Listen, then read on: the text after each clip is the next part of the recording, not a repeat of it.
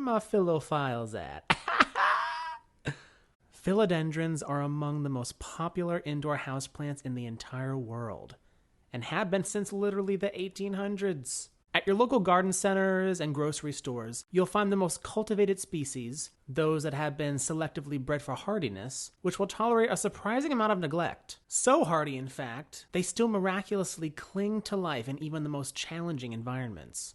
I'm talking about our homes, people, which, let's be honest, are a far cry from the perpetually humid tropical climates of South America and the West Indies. Now, you probably heard one way or another that, oh, philodendrons are super easy and fuss-free, making them great plants for beginners, right? While this is true for a few varieties, this genus is so big and so diverse that making such a generalized claim can be pretty misleading. I personally had my fair share of rare philodendrons perish and was left thinking, what happened? I did everything right. I gave it low light, watered it when it was dry, and fertilized it once a month like my Micans. Oh, little Jake. Probably the biggest misconception I hear about philo care is that it's easy and beginner friendly. It's just not true. The truth is, just because you've had success growing a heteroecium cultivar like Brazil, doesn't mean you'll have the same success growing a species like Verrucosum. Now, I know that might sound discouraging, especially if you came across this video while searching philodendron care. But Jake, I just bought a whole bunch of philodendron and now you're telling me what? Don't worry, guys. I got you covered. Watch this video all the way through, and I guarantee you'll be able to grow any philodendron that catches your eye. So, why don't we get right into it? Philodendron anatomy. Consider this above all things. Philodendron, being the second largest genus of aeroids behind anthuriums, is taxonomically still poorly documented. Many species are still undescribed, and new ones are being discovered every single year. That's right, botanists are literally learning about this genus in real time. And that's probably the most exciting aspect about philodendrons. There's still so much we don't know, which means rather than copy and pasting generic houseplant care to these more exotic and exciting species, we have to humble up and really take the time to learn the way of the philo. So let's talk about their anatomy, since this genus has an extremely diverse range of growing methods. Some species are terrestrial, meaning they grow in the ground. Some are epiphytic, meaning they grow on trees. And some are hemiepiphytic, meaning they grow on trees and in the ground. You hemis just can't pick a side, can you? Philodendron leaves change as the plant matures and eventually become large and imposing. Many don't even look like the same species when comparing their juvenile form to their mature form. Excluding terrestrial varieties, philodendrons will only mature if given the opportunity to climb and reach higher light levels in the canopy above. Hemiepiphytes starting out in the trees will eventually send their long roots down and into the ground to take in nutrients they won't find on the side of a tree. The Amazon soil is virtually sterile, but that top layer of decaying matter, that's where the dinner table is set. This nutrient boost plays a big part in getting those leaves to size up. Alright guys, just stick with me. The reason I'm telling you all of this is because once we understand how our houseplant has evolved to grow in its native environment, the easier it gets to diagnose problems we encounter along the way when growing them and come up with solutions. Look at the leaf.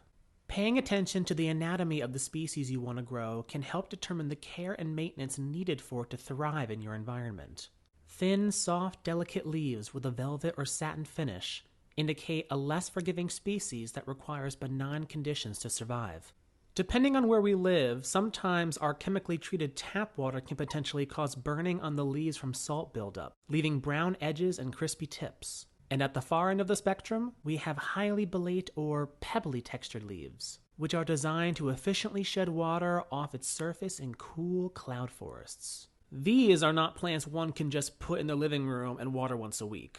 These cloud forest types will need some pampering, so be wary of that if you are looking to get your hands on one of these beauties. These would be species that evolved in climates with excellent water quality. Rain, distilled, or reverse osmosis water will suffice if you find your tap water is causing leaf burn. Now on the other hand, thicker leaves indicate a slightly hardier species that can retain some moisture during short dry periods. and they tend to tolerate some amount of chemical treatment found in our tap water.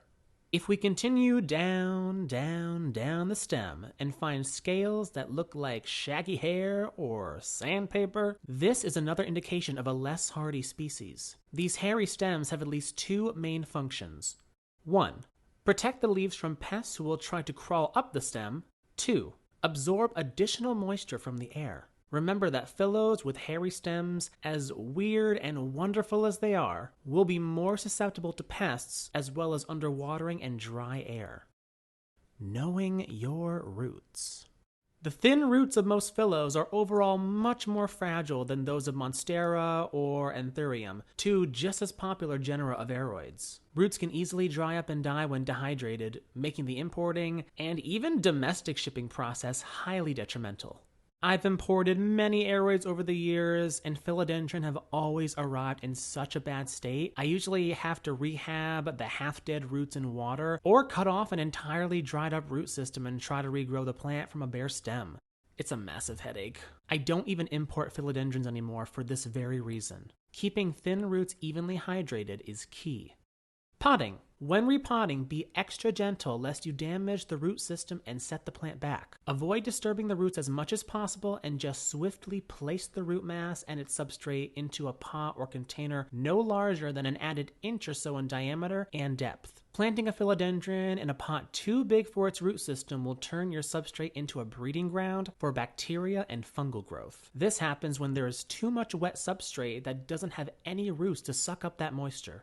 Speaking of substrate, who do I think I am? Speaking of substrate. Sorry. Anyway, epiphytic philodendrons like Soteroi, UPI, and Spiritus Sancti will thrive in a chunky aroid mix that is well aerated. Aroid mixes usually contain orchid bark, perlite, lava rock, tree fern, and other media that create a chunky and well-draining environment for the roots. Some epiphytes have thicker roots which allow them to tolerate short dry periods. Two of my thick-rooted Philos, Tordum and Atabapoense, are quite hardy and can handle a little underwatering every so often. These are two Philos I would definitely recommend for beginners. Plus, they're freaking gorgeous!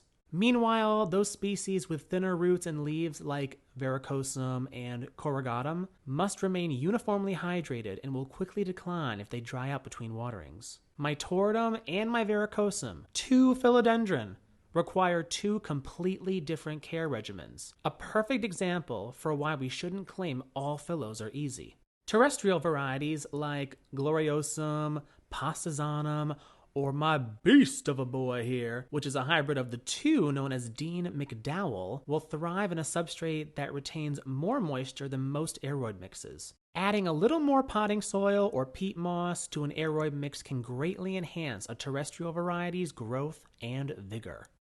Light. When an entire genus evolves under the dense canopy of rainforests, species within that genus will certainly get creative in their search for light. Philos are opportunistic growers. They crawl, they climb, they reach out in search of that perfect growing spot.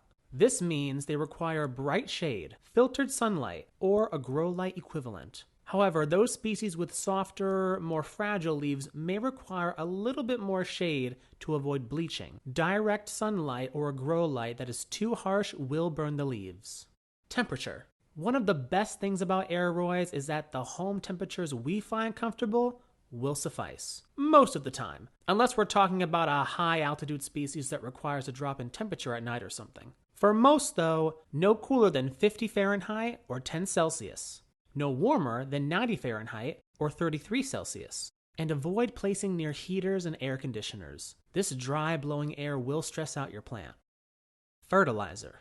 Most plant foods will suffice, but consider being a little more sparing with the more delicate leaf varieties to avoid over-fertilization burns. But overall, philodendrons are not picky about what kind of fertilizer you give them. They are, after all, part of a highly evolved and highly adaptable genus. Pests. Spider mites are the bane of my existence. So inspect the undersides of those leaves weekly and look for small puncture dots on leaves near the sinus where the leaf and stem join. That's where pests like to hide. Occasionally spraying your leaves front and back with water and a drop of dish soap or insecticidal soap can help blow off any hiding insects or eggs. Remember, just because you can't see them doesn't mean they're not there. Let me once again put emphasis on this. Softer, thinner leaves are more susceptible to pest problems. In the wild, Philos have a symbiotic relationship with ants and will produce tiny sugar droplets known as extrafloral nectaries along their stem and leaf surfaces as an incentive for the ants to protect them against plant-eating insects. What? So don't worry about these little dots, they are just the plant doing its thing. Rot and diseases. Letting your philo dry out too much between waterings can cause root tissue to dry up and die, creating a breeding ground for fungus and bacteria when you go to water it again. Improper watering is the main cause for root rot and other fungal problems. I'm talking from painful experience, guys. So learning and understanding the watering needs of each individual species will help avoid these issues in the long run. Philos produce inflorescences that consist of a protective spathe around a spadix. The spadix has two distinct sections. The bottom section is where it becomes receptive to pollen during the female cycle. This cycle usually lasts about 2 days and takes place at night. The spathe will open up as the spadix produces a floral scent and heats up in temperature through thermogenesis, a process that is rare in the plant world. The scent attracts beetles while the warmth provides a cozy, safe place for them to mate. The spadix will then transition to the male cycle and produce pollen, which the beetles will have on their feet when they leave in the hopes that they will pollinate another receptive inflow. Artificial philopollination is a little trickier than that of anthuriums, which is the reason you see so many anthurium hybrids created by recreational growers. Luckily, there's a much easier way to create more philos from your collection. Along the stem, each node where a leaf and roots emerge act as a sort of brainstem, if you will. Cut below a node with sterile shears and allow it to callus for several hours. Then just place it in water or sphagnum moss, and that's it. A healthy node will create new roots and eventually become a whole new growing plant. And there you have it. Hopefully this video was enlightening and encouraging for all philodendron growers, beginners and beyond. And I just want to clear up one more thing for those of you who have seen my anthurium care video. I ended the video by saying this has been plant gay for life. And then I had a couple people write in the comments and said, "Thanks for the video, Ben." So I guess it sounded like I was saying this is Ben. This is not Ben. I don't actually know a Ben. This is Jake Inzera. Did you know I have a music channel? I'll leave a link for it in my bio, which I do for pretty much every video I post here. And if you enjoy the content that I make here, I would really appreciate it if you guys go check out my music channel, check out some of my music videos. I got more music videos that I'm making this year, so yeah, it's gonna be awesome. All right, I'm out of here. So this has been Jake Inzera, also known as Plant Gay for Life. Ciao.